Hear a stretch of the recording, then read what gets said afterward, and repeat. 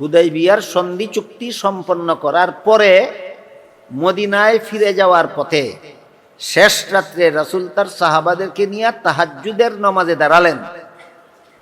এই অবস্থায় মক্কার ৮০টা গুপ্তচর নামাজরত অবস্থায় মুসলমানদের উপর হামলা করে বসল। সন্ধি চুক্তিতে কি লেখা ছিল? 10 বছরের ভিতরে হামলা করবে। যেই রাত্রে দস্তখত করছে এই রাত্রেই হামলা করে বসেছে। কতজন? ৮০ জন। সাহাবায়ে কেরাম ৮০ জনের ৮০ জনকেই গ্রেফতার করে রসুলের সামনে হাজির করল। ৮০ জন ওই সাহাবাদের হাতে বন্দী হইল, ধরা খাইল। রাসূলের সামনে পেশ করে এদেরকে চাইলেন রসুলের কাছে যে এদেরকে হত্যা করা হোক। রাসূল হত্যা না করে এদেরকে বেকসুর খালাস করে দিলেন। সাহাবাগণ জিজ্ঞাসা করলেন, এরা আমাদের উপর হামলা করলো, আপনি কেন এদেরকে হত্যা করলেন না? সত্যের পথ অবলম্বন করুন। KH Islamic media. এবার আমরা আন্তর্জাতিক জীবনে ইসলামের বিধান সম্পর্কে বুঝি এবং শান্তি অশান্তির ব্যাপারটাও বুঝি। রাসূল করিম সাল্লাল্লাহু আলাইহি ওয়াসাল্লাম মক্কা শরীফ থেকে হিজরত করে মদিনা শরীফ চলে যাওয়ার পরে সেখানে একটা রাষ্ট্র প্রতিষ্ঠা করলেন। আশা করি আপনাদের অনেকেই হয়তো ঘটনাটা জানবে। রাসূল মক্কা শরীফ থেকে হিজরত করে মদিনা শরীফ যাওয়ার পরপরই একটা রাষ্ট্র প্রতিষ্ঠা করেছিলেন এবং জীবনের শেষ 10 বছর রাসূল সেই রাষ্ট্রের প্রধান শাসনকর্তা ছিলেন। রাষ্ট্রটা শাসন করার জন্য রাসূল একটা লিখিত সংবিধানও তৈরি করেছিলেন। ইতিহাসের ভাষায় রাসূলের তৈরি করা সেই সংবিধানটাই ছিল মদিনা সনদ। এটাকে মদিনা সনদ বলা।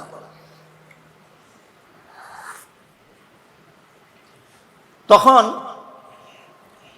ফাতেমা নাম্নী একটা মেয়ে, রাসূলের মেয়ে ফাতেমা না, অন্য বংশের একটা মেয়ে ফাতেমা চুরি করে ধরা পড়ল।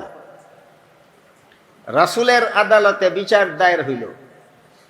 এই ফাতেমা নাম্নী মেয়েটার চুরি আদালতে সাব্যস্ত হইল। আল্লাহ কোরআনে বিধান দিয়েছেন, আস-সারিকু ওয়াস-সারিকাতু ফাকতাউ আইদিয়াহুমা।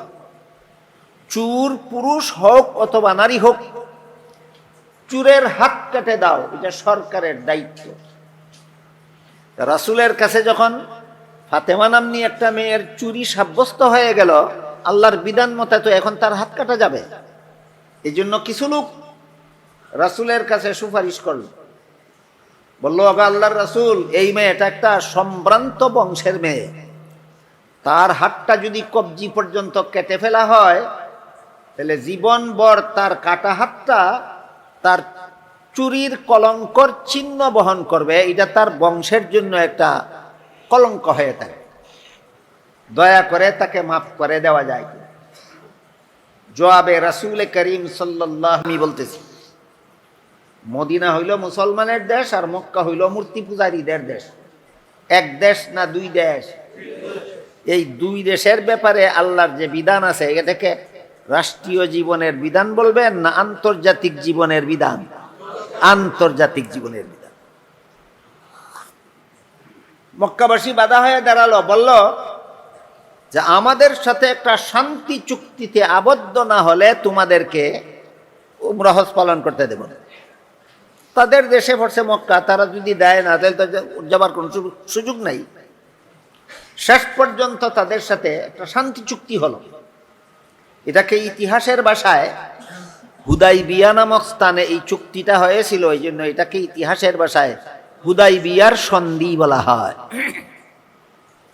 সেখানে উল্লেখ ছিল আগামী 10 বছরের ভিতরে মক্কার কোনো মূর্তি পূজারী মদিনার কোনো মুসলমানের উপর হামলা করবে এবং এই 10 বছরের ভিতরে মদিনার কোনো মুসলমান মক্কার কোনো মূর্তি পূজারীদের উপর হামলা করবে না। হুদাইবিয়ার সন্ধির মধ্যে যতগুলি দফা ছিল এর মধ্যে এটা ছিল একটা দফা। এই সন্ধির মেয়াদকাল ছিল 10 বছরের। এই জন্য সন্ধিতে লেখা ছিল আগামী 10 বছরের ভিতরে মক্কার কোনো মূর্তি পূজারীও মদিনার মুসলমানদের উপর হামলা করবে না, মদিনার কোনো মুসলমানও মক্কার কোনো মূর্তি পূজারীদের উপর হামলা করবে না। চুক্তি সম্পন্ন করে হুদাইবিয়া নামক স্থান থেকে রাসূল ১৫০০ সাহাবাদেরকে নিয়ে গভীর রাতে মদিনার পথে ফিরে গেলেন। ফিরার পথে তানঈম নামক এক পাহাড়ের পাদদেশে শেষ রাত্রে রাসূল তার সাহাবাদেরকে নিয়ে তাহাজ্জুদের নামাজে দাঁড়ালেন। হুদাইবিয়ার সন্ধি চুক্তি সম্পন্ন করার পরে মদিনায় ফিরে যাওয়ার পথে শেষ রাত্রে রাসূল তার সাহাবাদেরকে নিয়ে তাহাজ্জুদের নামাজে দাঁড়ালেন। এই অবস্থায় মক্কার ৮০টা গুপ্তচর নামাজরত অবস্থায় মুসলমানদের উপর হামলা করে বসল। সন্ধি চুক্তিতে কি লেখা ছিল? ১০ বছরের ভিতরে হামলা করবে। যেই রাত্রে দস্তখত করছে এই রাত্রেই হামলা করে বসেছে। কতজন? ৮০ জন। সাহাবায়ে কেরাম ৮০ জনের ৮০ জনকেই গ্রেফতার করে রাসূলের সামনে হাজির করল। ৮০ জন ওই সাহাবাদের হাতে বন্দী হইল, ধরা খাইল। রাসূলের সামনে পেশ করে এদেরকে চাইলেন রাসূলের কাছে যে এদেরকে হত্যা করা হোক। রাসূল হত্যা না করে এদেরকে বেকসুর খালাস করে দিলেন। সাহাবাগণ জিজ্ঞাসা করলেন, এরা আমাদের উপর হামলা করলো, আপনি কেন এদেরকে হত্যা করলেন না? রাসূল বলেন, আমি তো এদের সাথে চুক্তিতে আবদ্ধ, এরা আমাদের উপর আগামী ১০ বছরে হামলা করবে না, আমিও এদের উপর আগামী ১০ বছরে হামলা করব না। এরা এদের চুক্তি লঙ্ঘন করেছে আমার সাথে, তাই বলে কি আমি মুসলমান হইয়া কাফিরের সাথে মুসলমান চুক্তি লঙ্ঘন করবে? দেখেন তো আন্তর্জাতিক পর্যায়ে ইসলামের বিধান কেমন। কাফিরের দল মুসলমানের সাথে সন্ধি চুক্তির দফা লঙ্ঘন করেছে, তাই বলে কি কোনো মুসলমান কাফিরের সাথে এই চুক্তির দফা লঙ্ঘন করতে পারে? কাফিরের চুক্তি লঙ্ঘন করতে পারে, মুসলমান কাফিরের সাথেও কোনো চুক্তি লঙ্ঘন করতে পারে না। এই হইল আন্তর্জাতিক জীবনে ইসলামের বিধান কত শান্তিময় এর একটা উদাহরণ।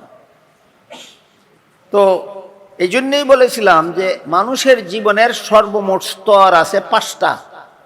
একটা হইল ব্যক্তি জীবন, এখানেও আল্লাহর বিধান আছে। একটা পারিবারিক জীবন, সেখানেও আল্লাহর বিধান আছে।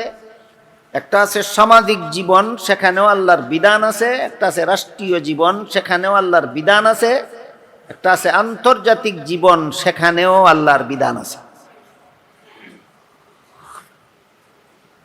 সবগুলি বিধান মেনে নিয়ে আমরা মুসলমান। এই হলো কাবিলতু জামিয়া আহকামিহি এর মর্ম। কাবিলতু জামিয়া আহকামিহি ছোটবেলায় পড়েছিলেন আপনারা কেউ? অর্থটা কি বুঝেছিলেন? আল্লাহর যাবতীয় বিধান মেনে নিয়ে আমি মুসলমান হইলাম।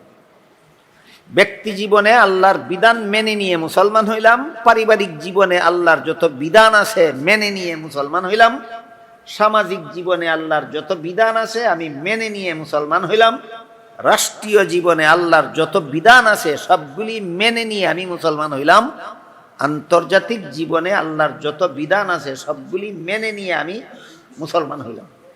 কাজেই এই মর্মে আল্লাহ বলতেছেন, আকমালতু লাকুম দীনাকুম, তোমাদের ইসলামের বিধিবিধান আমি পরিপূর্ণ করে দিলাম। জীবনের সর্বস্তরে ইসলামের বিধান আছে, এইগুলি মেনে নিয়েই একজন মুসলমান হয়।